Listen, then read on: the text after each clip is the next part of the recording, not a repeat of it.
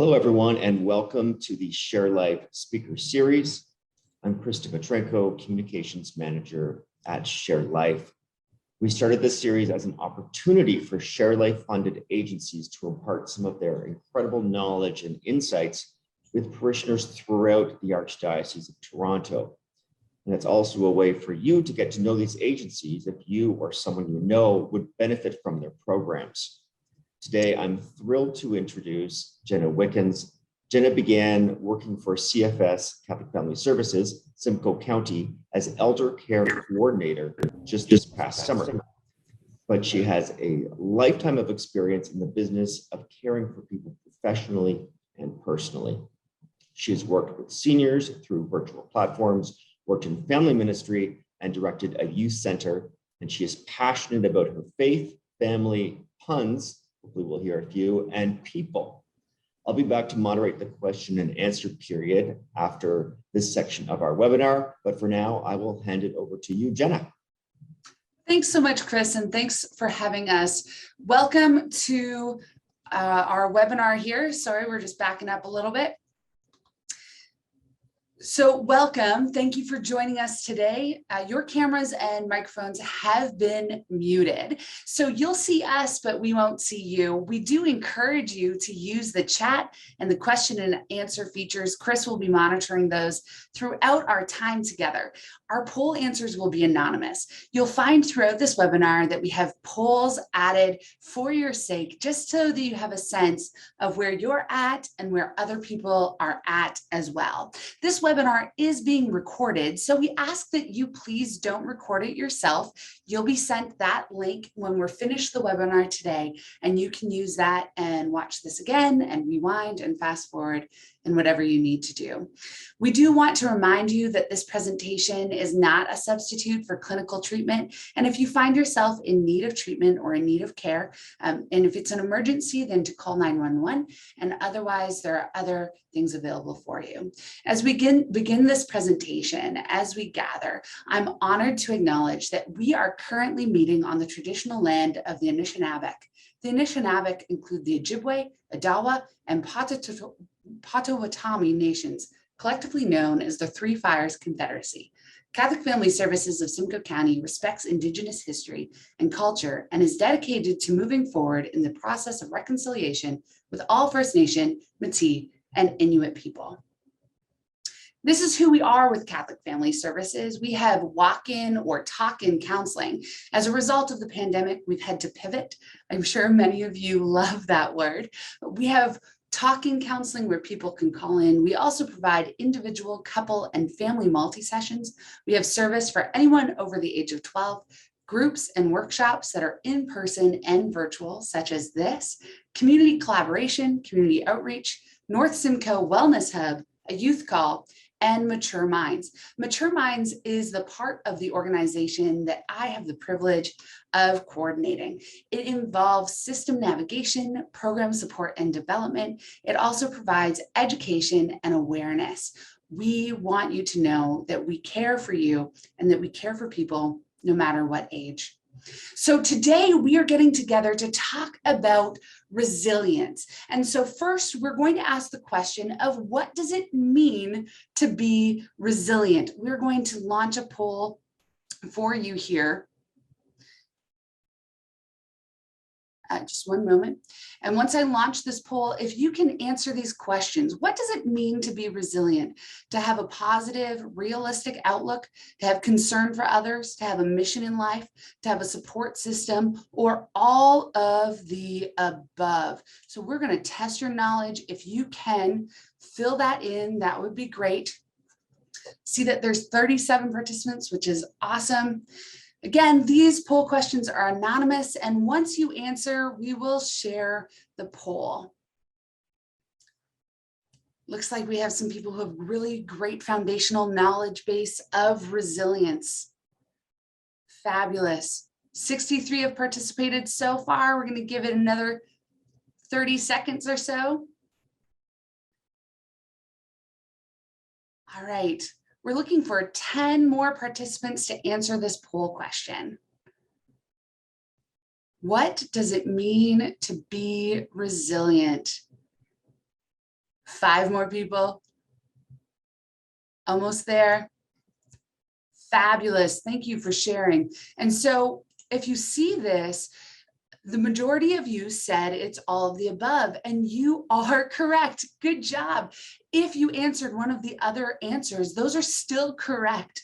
But the most correct answer is all of the above. What it means to be resilient is not that we just hang in there, but it's we have a positive, realistic outlook, a concern for others, a mission in life, and that we have a support system. So as we look at resilience, psychology today defines resilience as the ineffable quality that allows some people to be knocked down and by life and to come back stronger than others. Rather than letting failure overcome them and drain their resolve, they find a way to rise from the ashes. We're starting off with a quote from Maya Angelou. She says, "You may not control all of the events that happen to you, but you can decide not to be reduced by them." I can guarantee that you already are resilient.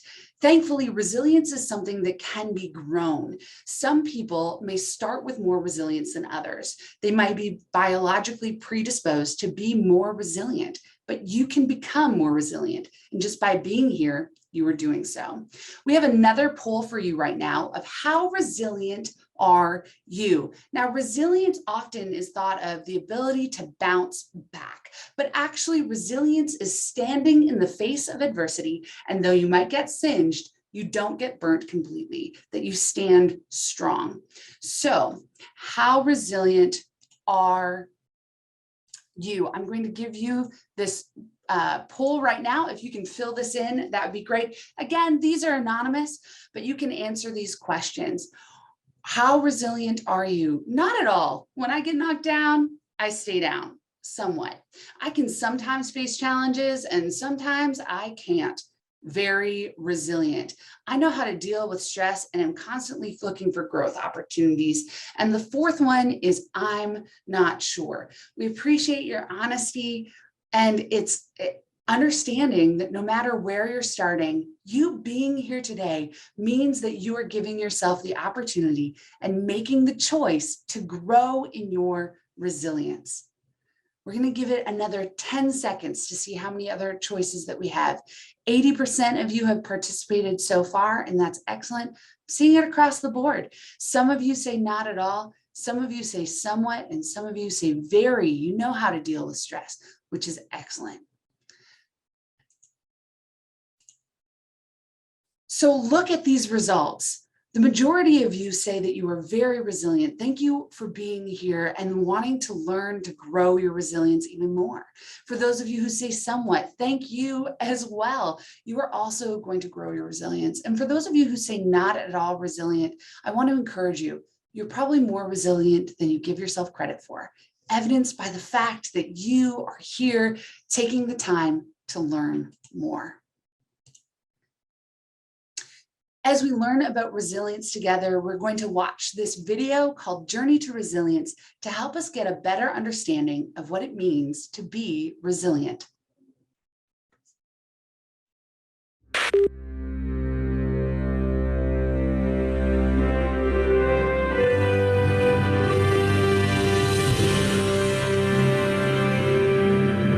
Brains. They are everywhere. In the world's gentlest places and its harshest. In this unforgiving environment, some brains exhibit troubling signs: addiction, illness, depression, social disorder. Yet others thrive. Why have some brains developed the ability to cope in harsh conditions while others struggle? It is one of nature's great secrets. Hi. Hello? This is amazing. But I just need to clarify a few things. This great secret? It's actually science. Severe adversity isn't good for any brain. But it is true that some brains do better than others in the face of significant challenges. Oh, a scientist. Yes, I agree. This is a great secret of science. Great, yes, but not a secret. Let me explain. We're born with brains, but our brains change as we grow. They develop based on experiences we have, and different brains respond to experiences in different ways. Okay, thanks. I'll let you get back to it. Indeed.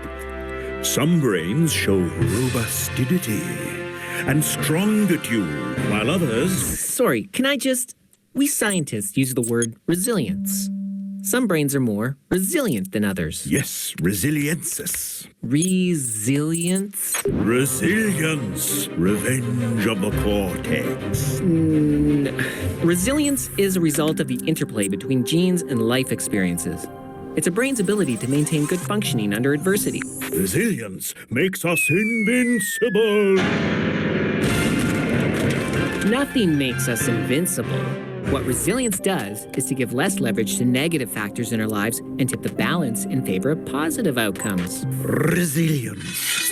Fate's legendary prize.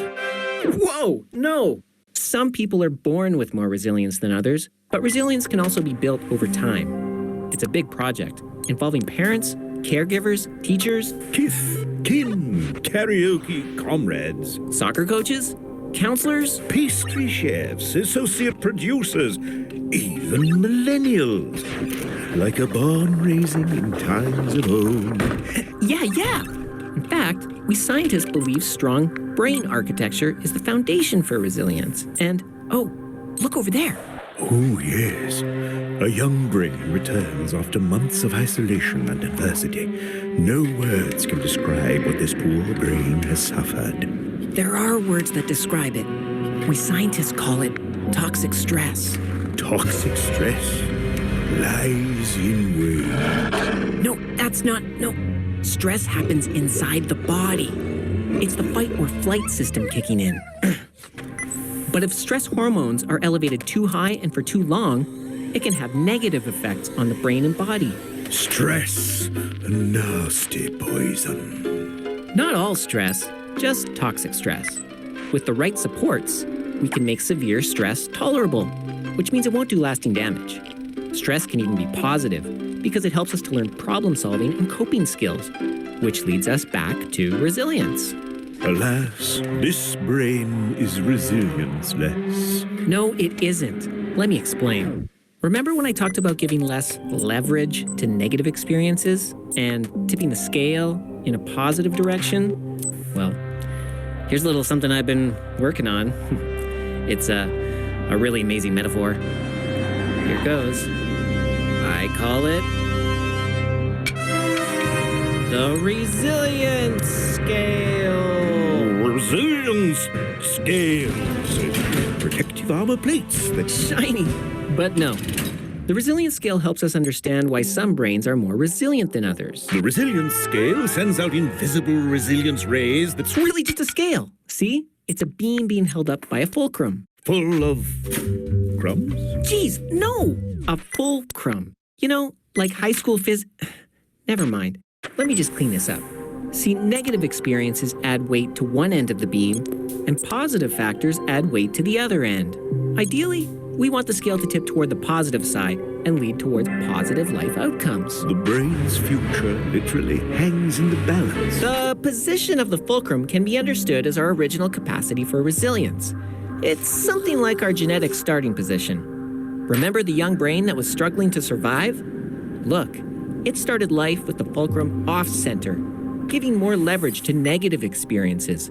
Serious stuff, like abuse, neglect, and chaotic environments.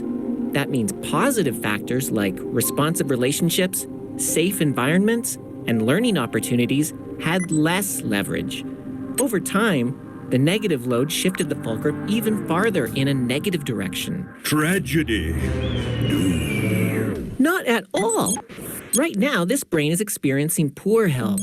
But with help, the scale can be tipped toward more positive outcomes. The first thing we can do is to stop negative experiences from stacking up.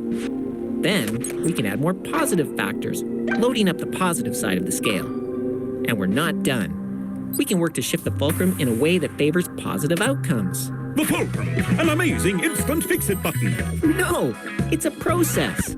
It involves many supportive people and plenty of time, remember? This brain is still young, so adult brains can work with it to relieve toxic stress and teach coping skills. In early childhood, these efforts can push the fulcrum a considerable distance. Childhood, filled with fascination and fulcrum flexibility. Sort of, but there are other sensitive developmental periods that are windows of opportunity, like adolescence. And even if this brain doesn't get help until adulthood, change is still possible. It will take more support, and the change will be less dramatic. But any fulcrum can be moved to make positive outcomes more achievable. The bad experiences disappear. Poof. I'm afraid not. It's hard to undo the effects of past negative experiences, and it takes time. But we can eventually relieve the burden of those negative experiences. Our little brain can get the help it needs to adapt, recover, and enjoy good health and wellness. And everyone, everywhere can become more resilient for eternity. Why not? With the right support, everyone everywhere can become more resilient. I'm so glad I saved humanity. It's been a majestic experience. Yeah, me too. Well done.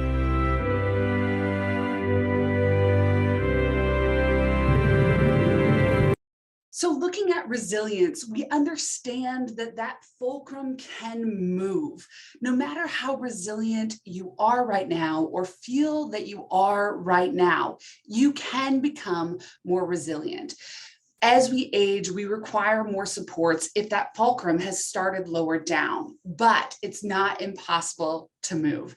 As the brains have showed us, our brains can develop and grow and change. We've included here a quote from Christopher Reeve.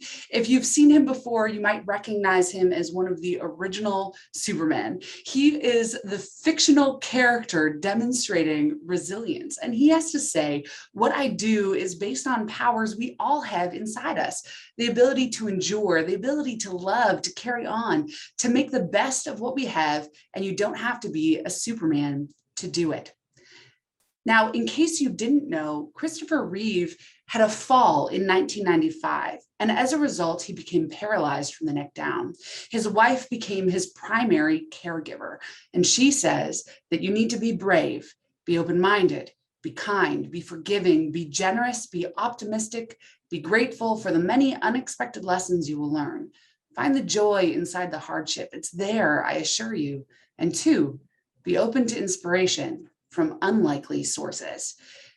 You are a caregiver. We're going to look at what it means to be a caregiver. Who is a caregiver? Now, all those things that Dana said might strike you as a bit much. How do you do all of them?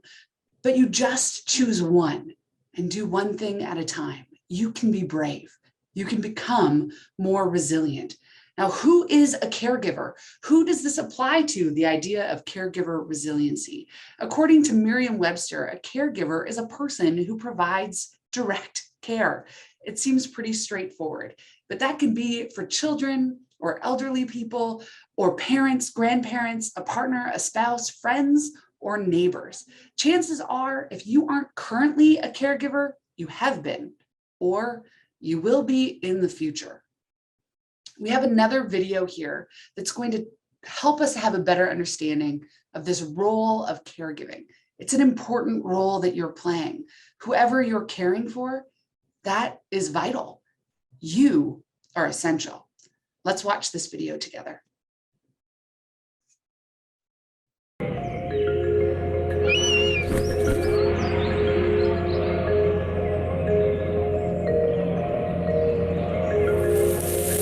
We lead busy lives.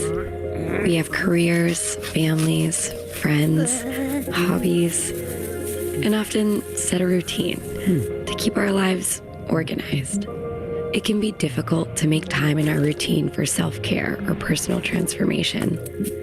When we do make a personal transformation, it's typically one we actively seek out because it's about how we see ourselves, alone, acting in the world.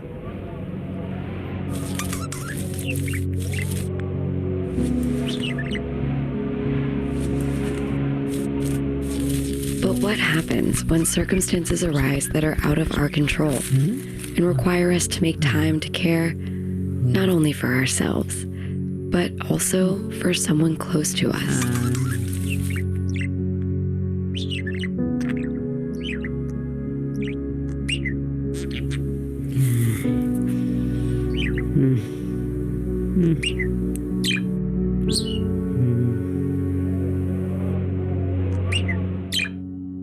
In the 21st century, becoming a caregiver requires us to rethink everything we once knew. When a loved one becomes a caregiver, everything changes. Responsibilities, beliefs, hopes, expectations, and relationships. Becoming a caregiver is not a role that most people think about, dream about, or even prepare for. But eventually, everyone is drafted into and transformed by the caregiver role. It's a role created by a loved one's need for care, and it infuses all aspects of our lives. Most people do not see or label themselves as caregivers at first, because it's not a desired label that is thought to promote public advancement or recognition. Caregiving is private, not public. Usually comes at a tipping point, when caring becomes a full-time job, and the quest for personal growth and personal gain become intertwined with care responsibilities. Somewhere along the care journey, disorientation takes hold, throwing caregivers off balance, requiring them to question life expectations they've taken for granted.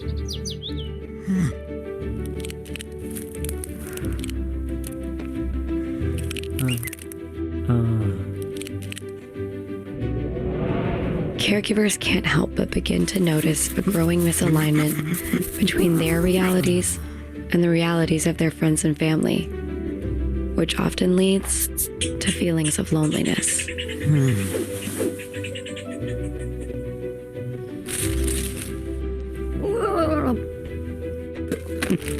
This caregiver transition can make caregivers feel like strangers when what they're going through feels impossible to explain to those closest to them.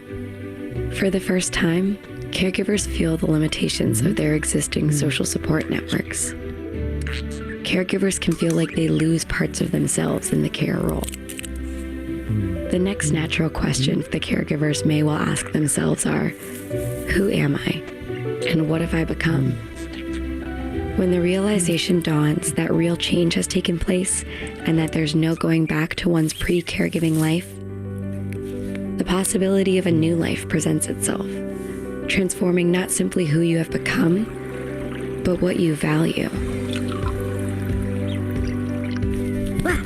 Caregivers can begin to use and leverage their distinct voice in creating partners, allies, and social ties to deepen advocacy efforts to become stakeholders, not only in their own loved one's ongoing journey, but also in their own. Becoming a caregiver isn't just something that happens to us. It's a life-altering role and relationship that provides the opportunity to transform our experiences to enhance individual and familial well-being.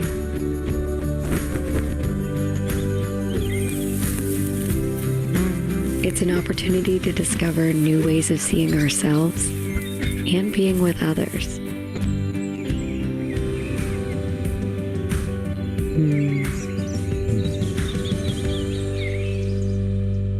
You are doing important work as caregivers. And whether you are a caregiver for a child, whether you're a parent, whether you're caring for grandkids or grandparents, you are doing important work. And that work can be transformative.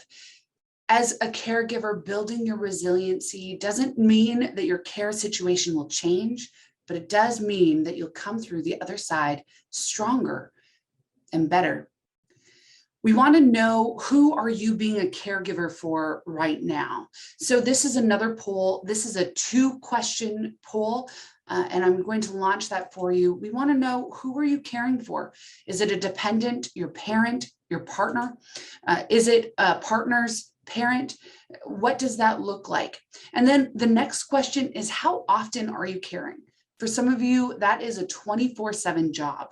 For some of you, it's more once a day, or sometimes it's less frequent than that, but regardless of the frequency of your role, you are still a caregiver. So we're launching this poll now. As you fill out the caregiver role, you can actually choose multiple selections. You can be a caregiver for many people at once, for your dependents, for your parent, for your partner, your partner's parents, your grandparents, your friends, your neighbors, or it might be a chance that you are not currently a caregiver in any capacity. As mentioned before, if you aren't now, you will be, or you have been.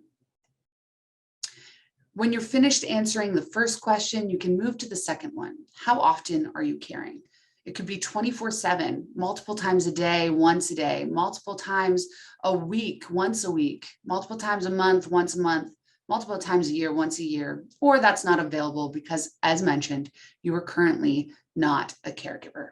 So take a couple of seconds to fill that out. Now, in this poll, we have this weekly grocery list. She says she needs coffee, more coffee, try not to scream at anybody this time. I should get a coffee on the way there, and bread. And that might feel like your grocery list, but we want to add to your list the opportunity to grow and to become stronger and to become who you were meant to be in this caregiving role, whatever that might look like. We're not saying it's not hard. We're saying that you look at your role with a realistic view and find the strength that you never knew you had. We have had 68% of people participating in this question. So I'm just going to give you about 10 more seconds to fill in those answers, and we're going to end the poll and show you the results.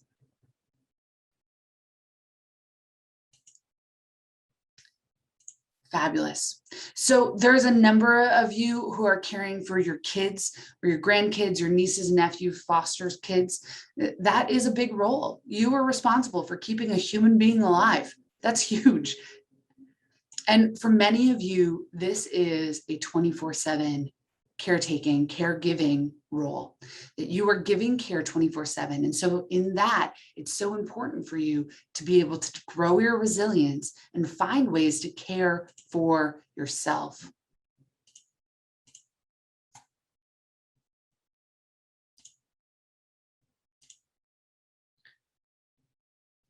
This one also, the when you just want to sleep but you're a caregiver. I know some of you are feeling that, especially those of you who have young children. Sleep seems evasive. I would like to say that that only lasts for the first 18 years, but I think that we all know that that goes on for a long time after. So why are we looking at caregiver resilience? As I said before, you are probably more resilient than you give yourself credit for. And the reality is that you are facing stress and burnout. The caregiver stress? No. Why do you ask? Some of you might feel like you look like that. Caregiving has always been a challenging role. And with the pandemic that we've been facing, caregiving has become so much harder. The supports that regularly were there for you before have all but disappeared or become non-existent. Caregiving has become constant. And there's so much to worry about for the future and today. And we are grieving individually and collectively our losses. And some of us are just plumb worn out. So we need to grow these muscles. We need to exercise our resilience muscles, and that will help us face these challenges head on and come out the other side, not just surviving, but thriving. We do have another video. This is to help us understand what caregiver burnout is that many of us might face as we care for other people.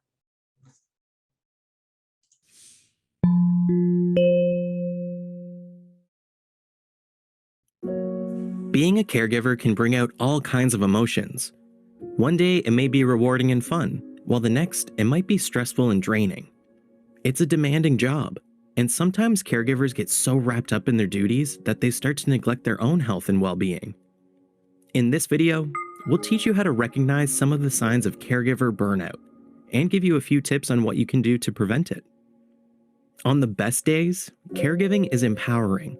It brings you closer to the person you're caring for and provides you with a sense of purpose and inner strength. However, it's just as likely that being a caregiver will cause you to experience negative feelings. You might even feel several emotions at once. Scared about the future, angry about your situation, frustrated about your limitations, and anxious about all the things you need to do. The good news is, these feelings are all perfectly normal. The important thing is to recognize when they're happening and deal with them appropriately before they lead to a bigger problem, like caregiver burnout. So how can you tell whether what you're feeling is burnout or just normal exhaustion? Here are some of the symptoms to look for. You feel a strong urge to run and hide from your responsibility. Your activity becomes scattered and frantic. You often feel angry and irritable. You have a hard time concentrating and can't read more than 3 sentences at a time without losing focus. You often lose track of important details. You sleep less than 3 hours at a time or lose more than 10 pounds. Everyone gets exhausted once in a while, but it's the intensity and frequency of these symptoms that separates a normal reaction from burnout. If any of these symptoms describe how you feel most of the time, you should seek help from your family doctor as soon as possible. The best way to prevent burnout is to deal with your emotions as they come up. If you start to feel stressed, angry, guilty, or depressed, take a moment to stop and think about why you're feeling this way. Acknowledge the source and try to move past it. Open yourself up to creating a give-and-take relationship with the person you're caring for. They may have as much to offer you as you have to offer them. You're both in this situation together, trying to do the best you can with the knowledge and skills you have. Don't expect the person you're caring for to change their entire personality, but aim to find some common ground and work as a team. If you start to feel overwhelmed, try using one of the following techniques to help calm yourself down and ground you. Take a couple of long, deep breaths, breathing in through your nose and out through your mouth. Count slowly down from 10.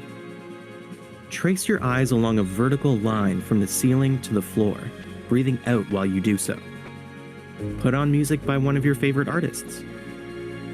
Get some exercise. Any physical activity can help, whether it's stretching, playing sports, or just going for a brisk walk around the block.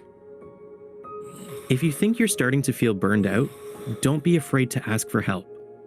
Isolating yourself when things get tough will only make your negative emotions get worse. Your friends and family want to help, but they won't know you need it unless you ask. You can't expect to provide proper care for someone else if you don't also take care of yourself.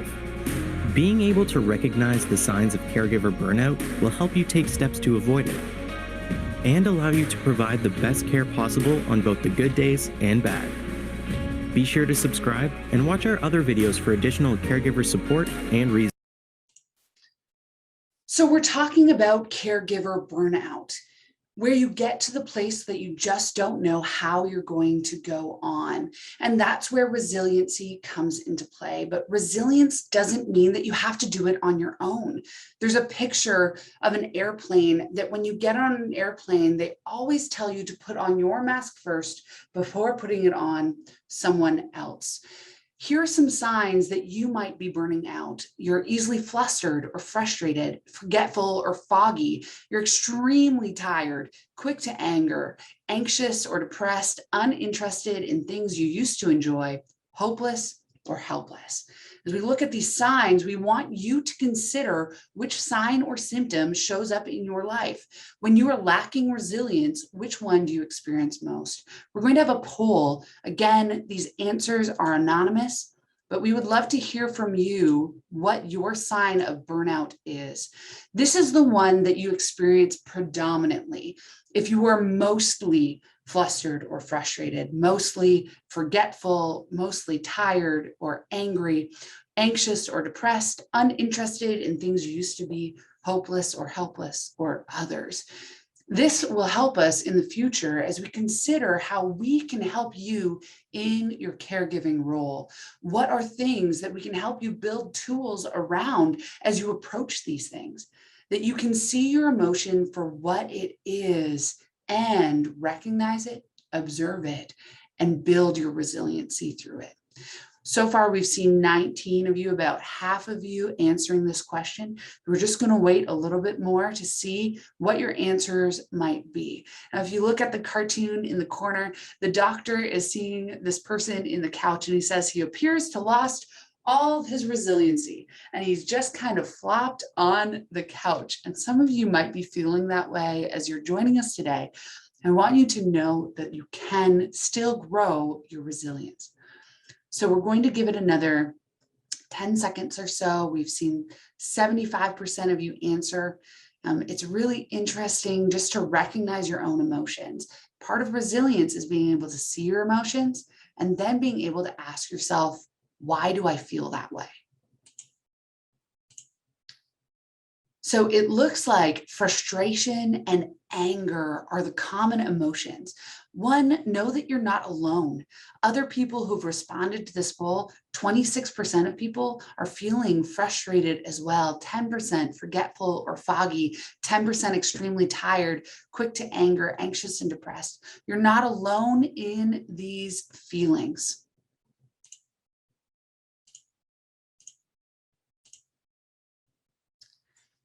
So how do we grow resilience? Psychologists have identified some of the factors that appear to make a person more resilient. And these are things that you can put into practice today. Having a positive attitude, demonstrating optimism, having the ability to regulate your emotions, the ability to see failure as a form of helpful feedback.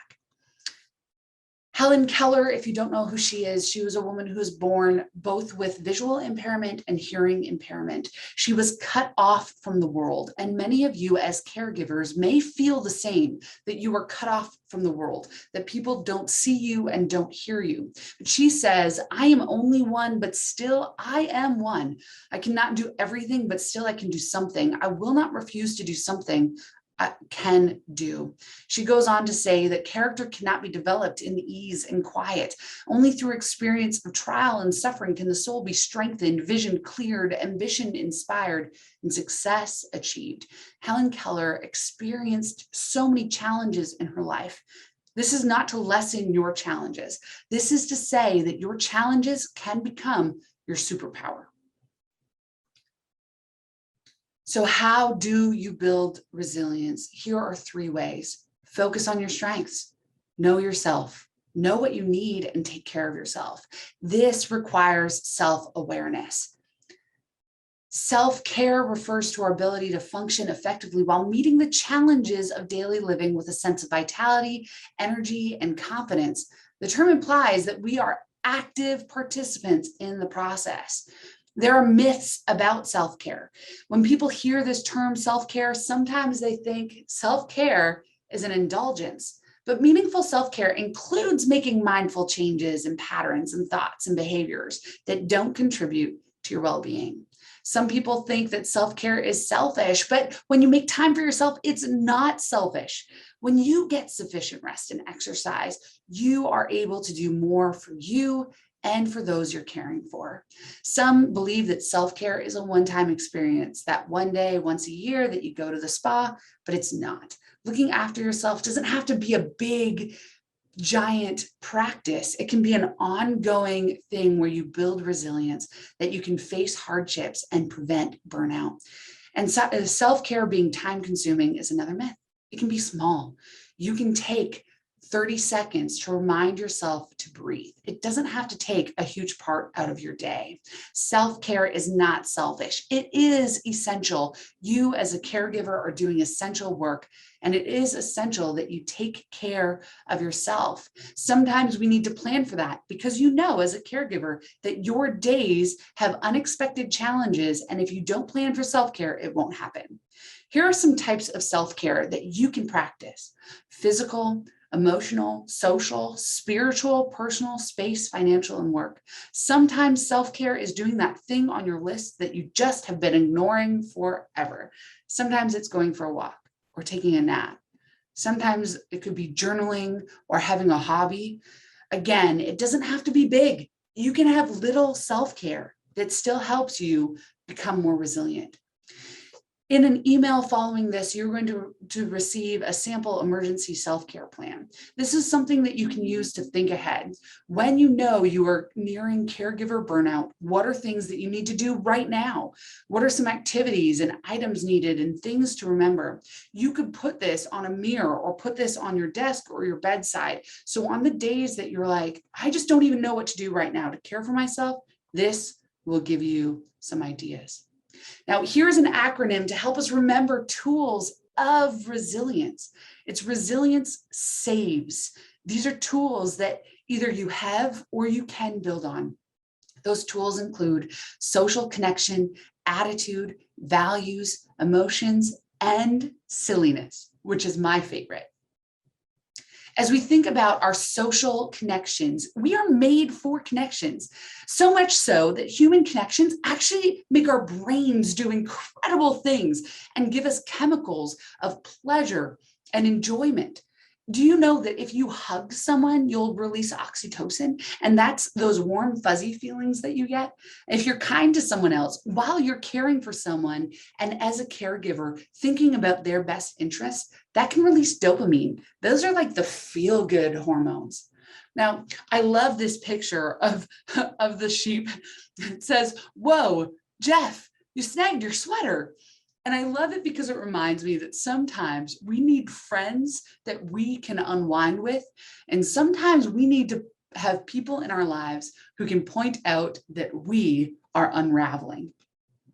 Next, we have attitude. You remind yourself of permanence. Know that the challenge you're facing will pass. If your kid's having a tantrum, it's going to pass. If you are caring for someone who has an illness, the illness might not pass, but that moment of extreme hardship may very well. Think of permanence in the big picture. Next, don't take it personally. It's that big picture model. Sometimes we get lost in the trees and can't see the forest. Resilience is about seeing the trees and the forest. And finally, it's to be positive in your attitude. There's a story of Eric Milton. He is a psychologist, and he went to go visit a woman who was experiencing extreme depression and anxiety. This woman also, as a result of an illness, was using a wheelchair. Now, she was a woman who had great wealth. She had come into an incredible inheritance. And when he went to visit her at her estate, he noticed that the windows were drawn. It was dark. There seemed to be death pervasive about the place. She walked him around and he asked her about her situation. And she also told him that, since her accident, she had been attending church, but she would not attend as frequently. She would leave, she would go after it had started and leave before it had ended because she didn't want to be in people's way. As they continued on their tour, Erickson saw this amazing greenhouse that she had in her house, and she suddenly lit up full of life, full of joy, as she explained to him her pride and joy, her greenhouse, where she had these African violets. And she took clippings of the violets and put them in different pots and grew them herself. So much joy, so much life filled her as she told Milton about these flowers. And Milton thought about it for a moment, and he said, I came here because one of your loved ones was concerned that you were feeling depressed and feeling anxious. And she said, yes, that's true. He said, I don't think that's actually your problem. And she was like, oh, really? Okay, tell me. And Milton says to her, I think your problem is that you're actually a bad Christian. And she was like flustered and responded, and she didn't know how to think about that because she had followed her faith for her entire life. But Milton went on to explain, you have this time and you have all this money and you have this talent of these flowers that you are just keeping to yourself. And he went on to prescribe to her that she should keep her eye on the church bulletin. And anytime there was a birth or death, an illness or a celebration, an engagement or any other of life's stories that came up that required celebration or grieving, that she would get her driver to take her to these places and bring them an African violet that she had grown. 10 years later, Eric Milton was explaining the story to one of his proteges, and he told them to look up an article. And the headline of the article said, African violet queen dies. Thousands mourn. This woman went from being alone, no husband, no children, alone in a house where she only had people working for her, to impacting the lives of thousands. Milton went on to say that he saw all the things that were depressing in her life, but he saw the one thing that brought her life. And instead of trying to root out the darkness, he decided to grow the light. And in growing the light, he was able to see this woman grow in her resilience and impact other people. Now, the next in this SAVES acronym is values. What matters to you? Values give you purpose and meaning to everything we do. When we act in line with our values, it builds resilience. So later on in the chat at the end, I'm actually going to give you a link to a values assessment. If you aren't sure what your values are, you can follow that link and do an assessment so that you can have a better understanding. It's where you choose 10 words. It's free and it's not affiliated with us. But I've come across this resource and we'll share that with you at the end. Next in the SAVES acronym is emotions. Your emotions are a gift. Often we think of our negative emotions as things that we need to get rid of and push aside. Resilience isn't about pushing aside the emotions. Resilience is about looking at those emotions through a realistic lens. We can say, what is going inside of me at this moment, and analyze it, like not analyze it, but just watch it, just observe it. Why am I feeling so angry at my child? Why am I so frustrated with my parent? What is going on inside me, and what are my needs, and how do I address them? The last part of this acronym is silliness. Don't take yourself so seriously. Remember to laugh, take time to play, enjoy yourself and your care receiver. It will take a weight off if you can approach life with lightheartedness. And I know that that's not always possible, but sometimes we need to see the humor in what's around us. Like the quote on the top there says, caregiving is like arguing for 30 minutes with your care receiver, with your loved one, to put on matching socks and then realizing that you went outside with your shirt on backwards. Now, as we finish off, we're just going to look quickly at some resilient creatures, because there are millions of resilient creatures, and sometimes we need to look outside of human beings to have an understanding of what it means to be resilient. Resilience empowers us to sometimes, but in order to see big, sometimes we need to start small. So we'll look at the fire ants. If you haven't heard of these before, these guys are incredible. These ants, these creatures are amazing. They live in an area where there's so much flooding, but they are so resilient. Not only can they carry 3 times their weight and survive underwater for 24 hours, they are social creatures. These guys raft together when the waters rise. They can host thousands to millions of ants with no casualties, and they rotate themselves so no one is underwater for too long of a period of time. Let the fire ants remind you that you too are a social creature. And sometimes when you're feeling like drowning, the last thing you want to do is cling to other people or have them cling to you, but that could be the very mode of your survival. So cling to others. Remember that you are social. Be like a fire ant, except for the biting thing, because that no one should bite other people. Next is the tardigrade. Look at this cute guy. He's like a little bear with his claws. He's actually called a water bear. He is so small, 1 millimeter or less in size. They are small but mighty. Tardigrades can survive in extreme temperatures, and it's actually the first organism to survive in space. No matter what gets thrown at this little guy, he survives and thrives. The tardigrade can actually live on less than a molecule of water. The tardigrade knows how to dehydrate itself, and then when the resources become available, it gains the water that it needs. For you, you have resilience. You've faced hard things in the past and will in the future. You have resources inside you that you can tap into, that you can survive and even thrive. If the tardigrade can survive and thrive through anything that's thrown at him, so can you. As we finish off today, I want to thank you again for joining us. Thank you for coming in your time as a caregiver. I know that you have full lives. I hope that through this time together that you are able to take away tools that will help to build your resilience. Now, as you find your way, sometimes it feels like there's no way around it. So we just want to end with a very quick clip about reminding you of how to build your resilience. Hello there, everybody. Today I'm going to teach you a whole bunch of things, so you look and listen closely. Okay, here goes. Around, around, around, around, over, and under, and through. Now, that's not to say that you should avoid your problems and your challenges, but as the great philosopher Grover said, there's always a way through. Whatever you're facing right now, whether you have to be creative and figure out ways to go through, you can build your resilience. So thank you again for joining us. We're now going to open up a question and answer time.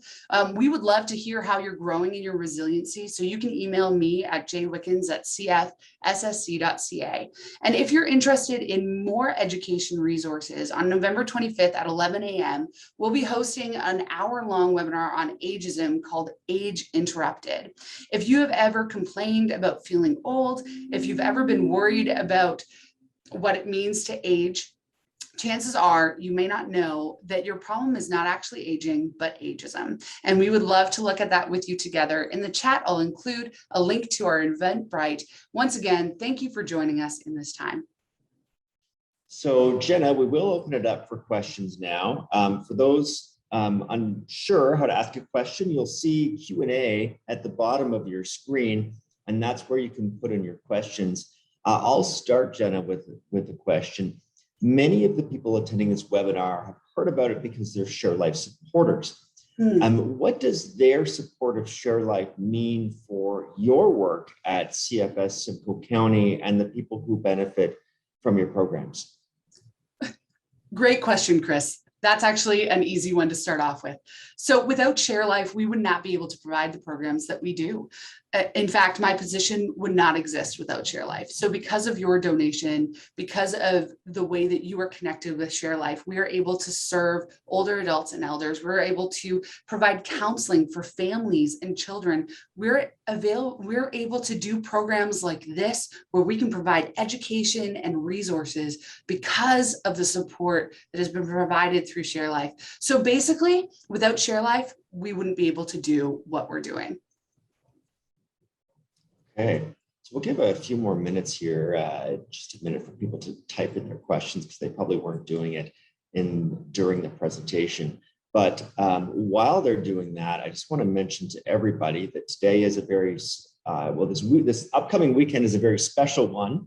It's a ShareLife Sunday. It's an opportunity for Catholics across the Archdiocese of Toronto to support the work of CFS Simcoe County and some 40 other agencies that are serving the whole community. You can give at your parish during the second collection, or you can give online at sharelife.org.